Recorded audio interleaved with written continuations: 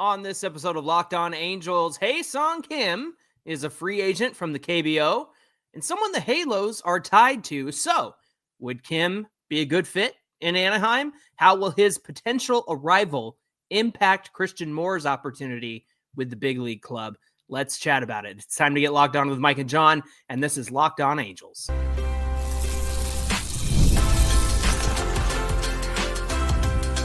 You are Locked On Angels, your daily Los Angeles Angels podcast. Part of the Locked On Podcast Network, your team every day. Thanks for making Locked On Angels your first listen of New Year's Day. Happy New Year to you, our everydayers. Thank you for being here for this episode of Locked On Angels. You can find us anywhere you get your podcasts, including Apple Podcasts, Spotify, SiriusXM. Just search Locked On Angels. And if you want to give back to Mike and I, the Super Halo Bros, for all the Super Halo content, there's some very easy things that you can do. You can leave us a rate and a review on Apple Podcasts. If you're watching on YouTube, hit the thumbs up button. That really helps us out. You can also subscribe. We're hoping by 10K by opening day. We want to have 10,000 subscribers.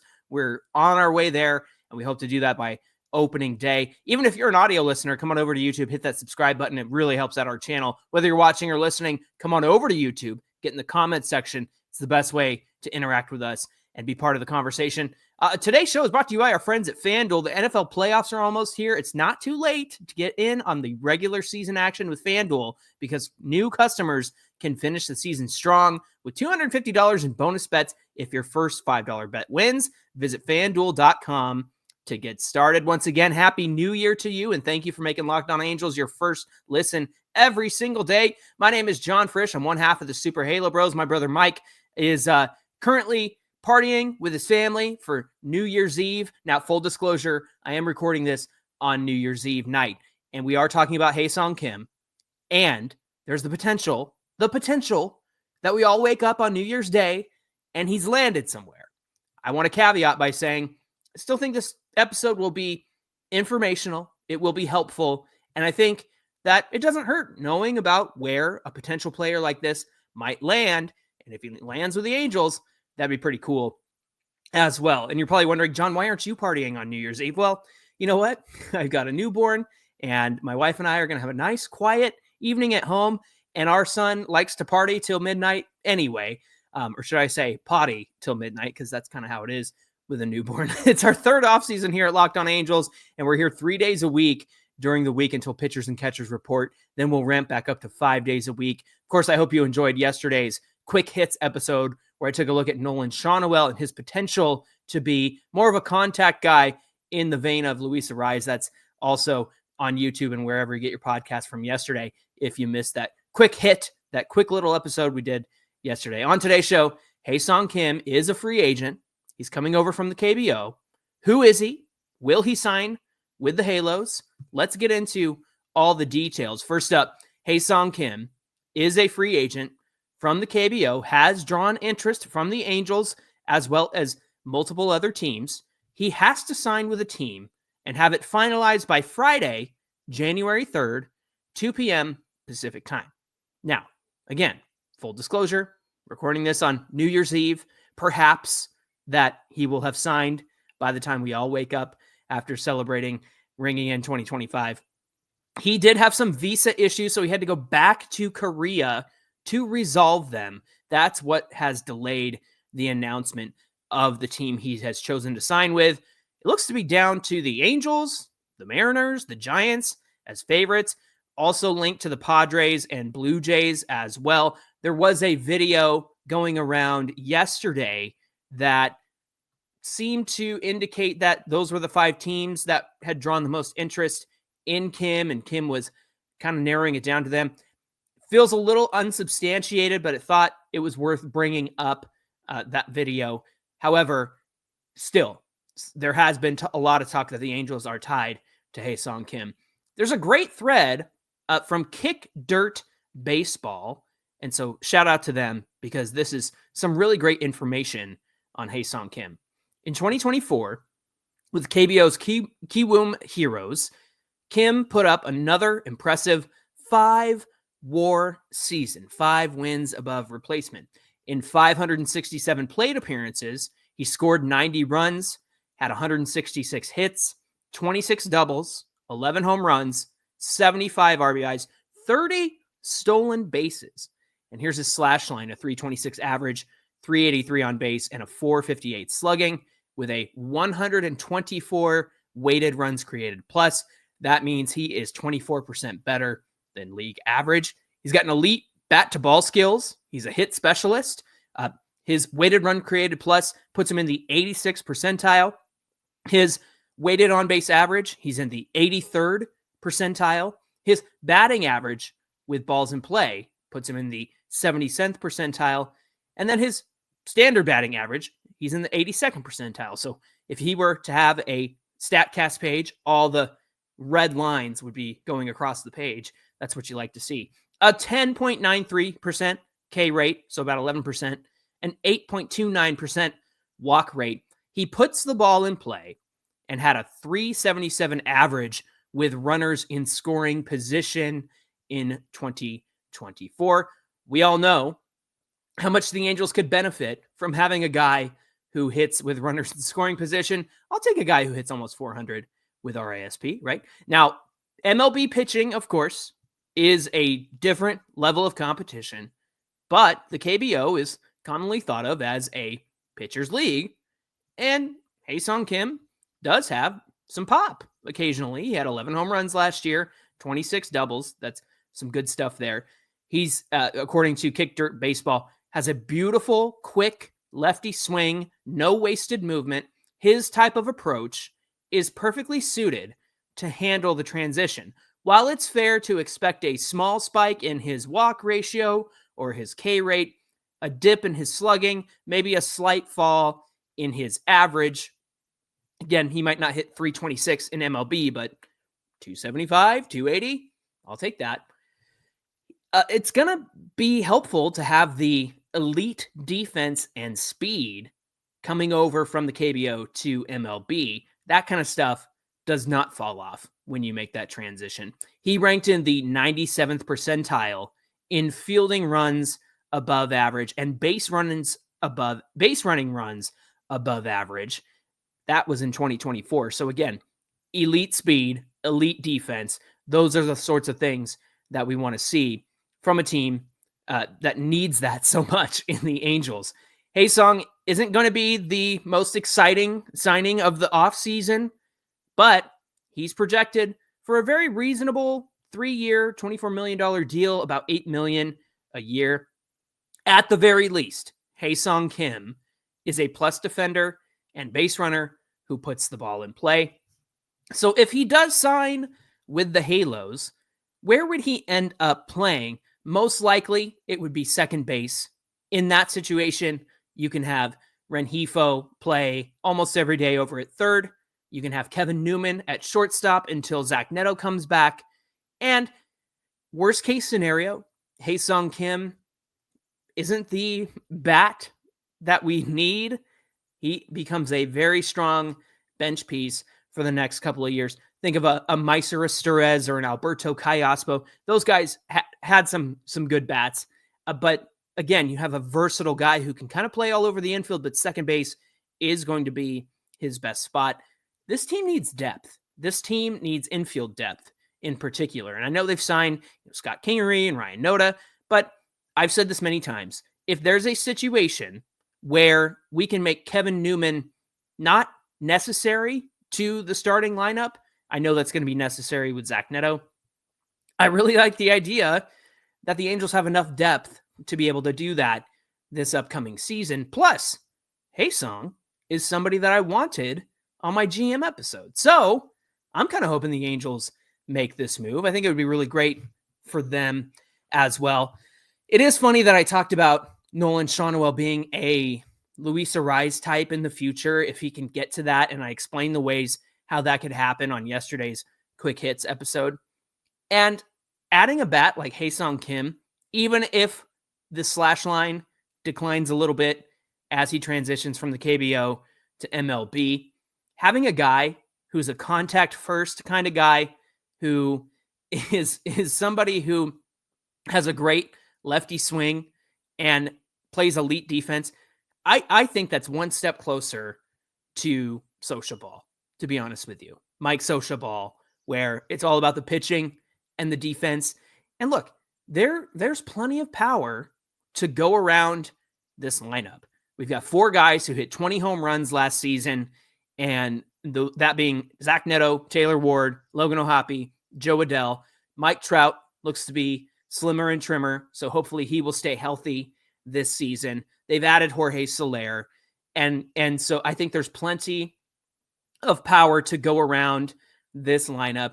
And if you remember how great Luis Rengifo was in terms of making contact last season, ended the season shortly after the All-Star break, but that was due to injury. But he carried a 300 above average last season. And so if you add another guy who hits for contact, and Nolan Schanuel starts to hit for contact, and Hye-Seong Kim is taking walks and stealing bases, this lineup starts to look pretty good.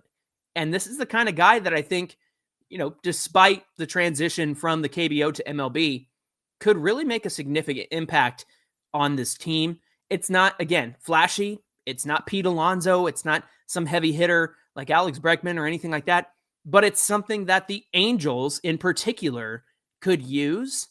And I think it would be really great to have Hye-Seong Kim with the Halos in 2025. Thanks for making Locked On Angels your first listen of the day. Coming up, how does this potential signing of Kim impact Christian Moore, the Angels' number 1 pick from 2024? We're going to talk about all of that coming right up. Today's show is brought to you by our friends at FanDuel. I mentioned it earlier, the NFL playoffs are almost here, but it's not too late to get in on the regular season with FanDuel, America's number 1 sportsbook, because right now, new customers, I'm talking to you can finish the season strong with $250 in bonus bets if your first $5 bet wins. And there's so many ways for you to pick up a W on FanDuel. Not only can you bet on who's going to win the game, you can place bets on which players are going to score a touchdown, how many points each team is going to score, whether Jake Moody botches another field goal attempt for the 49ers. All of that is available to you. And I would say, yeah, that's most likely going to happen. If he plays at all the rest of the season, we'll see about that. There's so many ways for you to score a W. Just visit FanDuel.com to join today. That's FanDuel.com for your chance at $250 in bonus bets when your first $5 bet wins. Make every moment more with FanDuel, an official sportsbook partner of the NFL. This is the Locked On Podcast Network, where it's your team every day. We're continuing our conversation on Hye-Seong Kim potentially being a Halo. And you guys know, this always happens in the world of podcasting. We do a ton of research. We dive into the stats. We, talk about it with you guys. And then something out of the blue happens. And I'm expecting Hye-Seong Kim to announce where he's going to land, probably before this episode even comes out, to be honest with you. So hopefully you're watching this in the morning, and hopefully it's still relevant and still fresh on New Year's Day. So let's continue to talk about Hye-Seong Kim. Signing him would give the Halos a major league ready infielder and a major league ready bat. His best position, as I mentioned earlier, is second base, and that might put a question mark around Christian Moore. Now, earlier in the offseason, Perry Manassian did say that they're trying to increase Christian Moore's versatility, and during the instructs, they actually tried him out at third base. He is invited to big league camp and will compete for a starting spot this spring training. So, having said that, even if the Angels don't get their middle infielder that I think would be very necessary and add somebody like Hye-Seong Kim who could do a lot for this team, it is interesting to me that Christian Moore is going to come into spring training competing for a starting spot on the 26-man roster. That's pretty substantial news when you think about it, because the Angels certainly have options out there in terms of free agency and making a trade. But at the end of the day, in their back pocket, they kind of have this ace in their back pocket with Christian Moore, who they probably feel is major league ready. The only question has been his defense. So continuing on from what Perry Manassian had to say, He said, obviously, the more versatile you are, the better chance you have of impacting the team in some way, in some form or fashion. He's definitely got the talent to do it. Speaking of Christian Moore, he'll be in big league camp. So we'll see what he looks like. I think the biggest concern that I've seen from Angel fans and everydayers, especially after I mentioned Hye-Seong Kim on my GM episode, they said, what becomes of Christian Moore if the Angels do sign a Hye-Seong Kim? Here's the way I look at it. You've got a great opportunity to let a Christian Moore, number one, come into big league camp and show that, oh, this dude's ready. If Christian Moore can put the Angels brass in a position to where they say, oh, dang, we can't send him back to AA. We can't put him in AAA. We need this guy on our team. Isn't that a good problem to have? Mike and I have been talking about good problems the Angels haven't had in a very long time. I think starting pitching depth is one of those things. I know we have a lot of guys who are young starting pitchers who still have some climbing to do, still have some development to do, but at the same time, they're in a very good position where they've got a lot of veteran experienced guys who are going to be in the rotation this year, but behind them are guys taking another year to develop in the minor leagues, taking the time to get better. So perhaps by 2026, they have a pretty solid starting rotation. And I think you can kind of say the same thing about Christian Moore. The fact that they want to try him out at third. I think there was even talk about trying him out in the outfield if the infield work didn't work out.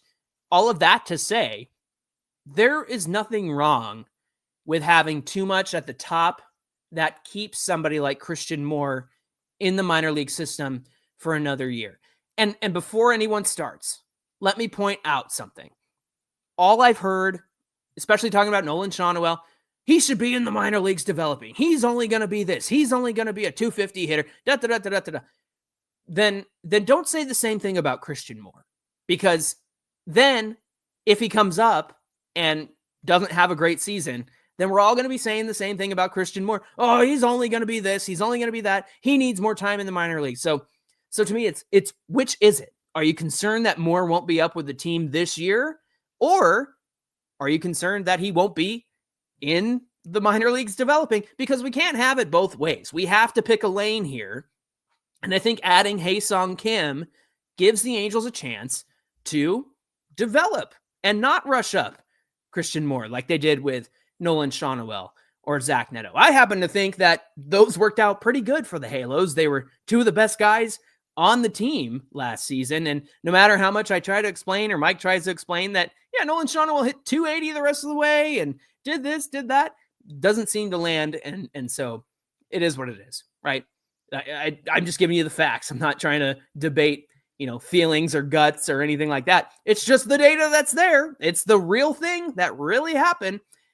Now, let me dial it back a little bit. I get a little verklempt, as you can tell.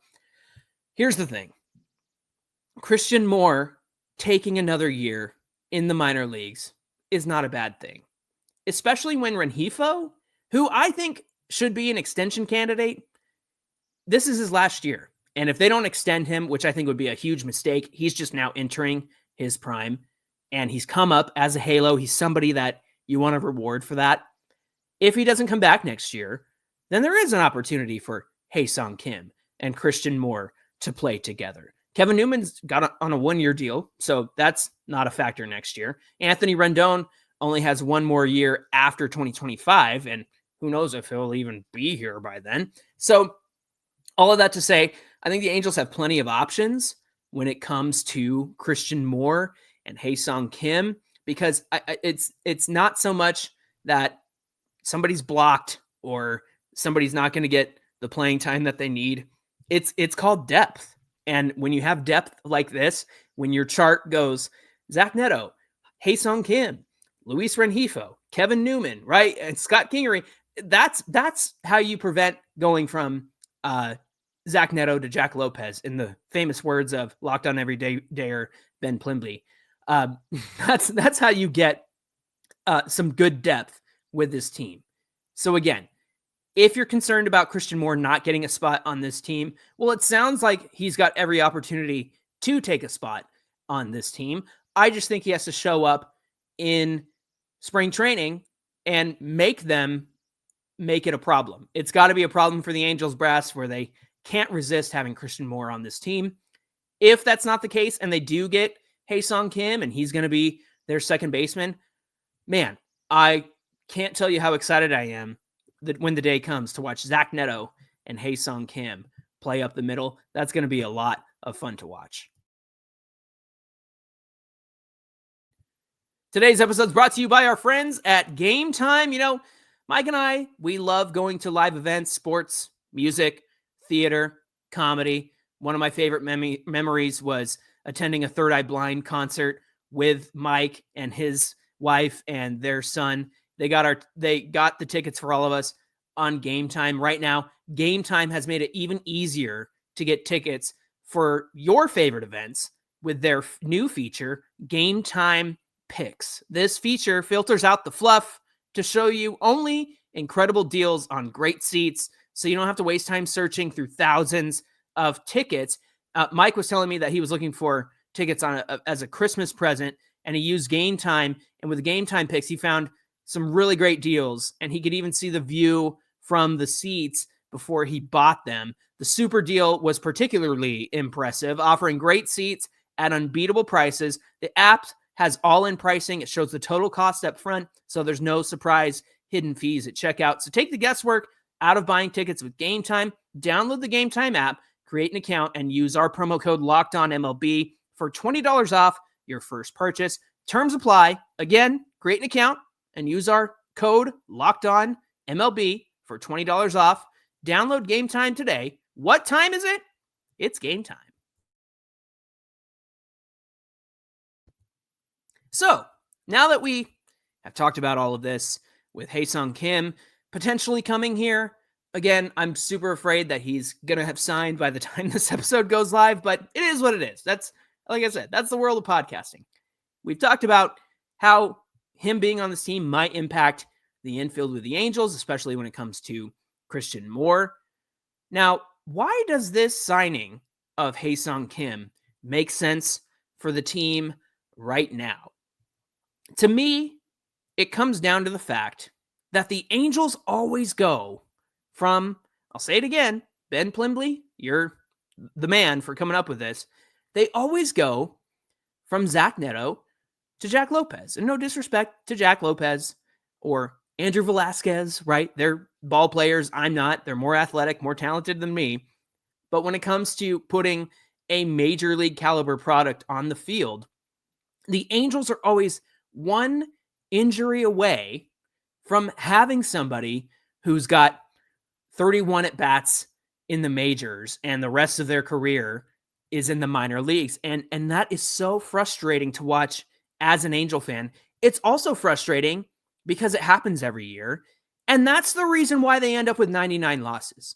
We talked about the other day, 3 guys who really made some strides in MLB or with the Angels this year at the MLB level. That was Zach Neto, Joe Adell, Nolan Schanuel. And some of the pushback that we had from that conversation was, well, the Angels still ended up with 99 losses. Did they even really do anything? And my response to that is, you're going to blame 99 losses on the guys who hit 20 plus home runs, who were top Gold Glove contenders in right field, right? Joe Adell. You're going to blame Zach Neto for 99 losses? I don't think so. Now, would those guys take responsibility for it? Absolutely. Logan O'Hoppe at the O'Hoppe All-Star Bowl said, hey, none of us are happy about this 99 loss thing. So those guys, they wear it. They take responsibility for it. But I'm not going to sit here and put that on them because they showed up and showed out. And I know Logan struggled at the end of the season. I know Nolan got off to a slow start. I know Zach Neto got off to a slow start.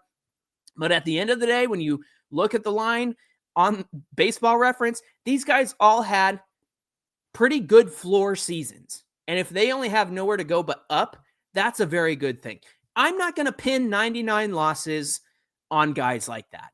I am going to pin 99 losses on Perry Minasian and even Ron Washington for bringing in, excuse me, for bringing in guys like Aire Adrianza, Jack Lopez, all of these guys who don't have any business being at the major leagues right now or are kind of past their prime. I say that because that's what happens when you have injuries on this team. The Angels go from, hey, look at this stud Mike Trout tearing it up for 28 games in April to, oh crap, he's hurt. Now who do we got? We got to go this way. We got to go that way. We got to turn to this guy. We got to turn to that guy. And to me, it's frustrating because you look at the record at the end of the season and these guys who are really good, Rengifo, Ohapi, Sean Noel, Joe Adell, some of the starting pitching, right? Soriano, they get blamed for where this team is. And I don't think that that's fair. I really don't. And so bringing in a Hye-Seong Kim to this team, it fortifies the depth that this team has. And so you don't go from stars to scrubs. And again, I listed it earlier. You got Zach Neto. You got Luis Rengifo. You've got Kevin Newman, Hye-Seong Kim. Maybe Scott Kingery gets in there, right? That's a situation. I know they signed him. I know he's a former Philly guy that had a lot of hoopla around him. But I don't think that's the direction that you go because we've done that already. We've done that way too much. Hey, this guy was really great in the Marlins system. Maybe he can come over and do some great things if we just give him a chance. That works sometimes. Don't get me wrong. I've watched baseball a really long time. Sometimes a guy needs a change of scenery. Sometimes a guy needs some new coaching around him. I get that. But if that's where the Angels end up this season, especially with Zach Neto already on the IL to start the season and Kevin Newman playing shortstop, why not add a Hye-Seong Kim? Why not make sure that your infield is fortified? Why not put yourself in a position where you don't have to rely on Anthony Rendon at third base and in the lineup? I think Rendon playing third base, he's great. Don't get me wrong. Even when he's had the injury issues over the years, he's played a really good third base defensively. But at the plate, not great. And then he's never there because he's hurt. Why not put yourself in a position where you don't have to go from stars to scrubs? I think that's what the Angels have done this season over the offseason. And yeah, you might say, well, Hendricks, he was a scrub last year. And, they got Tyler Anderson, who was a scrub in the second half and whatnot. And Kikuchi wasn't a scrub for 10 games with Houston. You can say all that. I get that. I understand that. But these are veteran guys who have been there before. What I'm talking about is, hey, this guy who's had 31 professional at-bats over 5 years in the majors, he's going to be the guy who replaces Zach Neto. I'm done with that. I'm done with that. And I think putting somebody like Hye-Seong Kim on this team prevents that. And yes, he doesn't have MLB experience, but he's got professional baseball experience. I think his stuff is going to translate very well to MLB. And yeah, there's always going to be a knock on batting average. There's always going to be a knock on the production. That is natural because MLB pitchers are very tough to hit. None of us could do it. And so that's why they do it and we don't. But we talk about it. And I think that despite any setbacks or drawbacks that Hye-Seong Kim might experience when he comes over, first of all, I think him getting on base and taking walks and not striking out, that's a skill that stays with you. Stealing 30 bags last season, that's a skill that stays with you. Playing elite defense at second base, that's a skill that stays with you. Hitting for a high average and making contact, hitting for a high average is tough, especially in MLB. And emphasizing contact, we've seen it done. It can be done. And I think that Hye-Seong Kim is going to be somebody who can continue to do that. All of that to say, I think this would be a really great move for the Angels, even if it kind of pushes Christian Moore back a year or what have you, or it doesn't feel like there's enough playing time to go around the infield. Good, because I am so sick and tired of going from stars to quad A players who honestly shouldn't be here. And if I'm going to blame anyone for 99 losses, it's Perry Manassian and Ron Washington for all the quad A guys that they've had to stick in the lineup over the last year. And hopefully adding a Hye-Seong Kim prevents them from having to do that in 2025. Thanks for making Locked On Angels your first listen of the day. For your second listen of New Year's Day, find Locked On MLB with our pal Sully. He's going to bring you a daily blend of humor and baseball, keep you updated on every rumor throughout the offseason. You can find Locked On MLB on YouTube or wherever you listen to podcasts. Thanks for being here with us, everybody. If you want to give us a follow on social media, you can do so at Locked On Angels on Twitter and at Super Halo Bros on Twitter and Instagram. When we come back on Friday, Mike will be back with us. We're going to talk about it.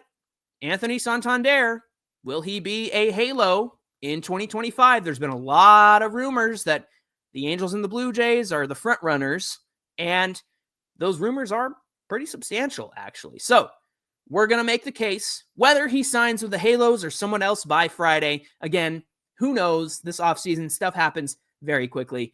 We're going to make the case for and against signing Santander and share that with you on Friday. Until then, my name is John. My brother Mike will be back with us on Friday. Hope you have a great New Year's Day, and we'll see you back here on Friday.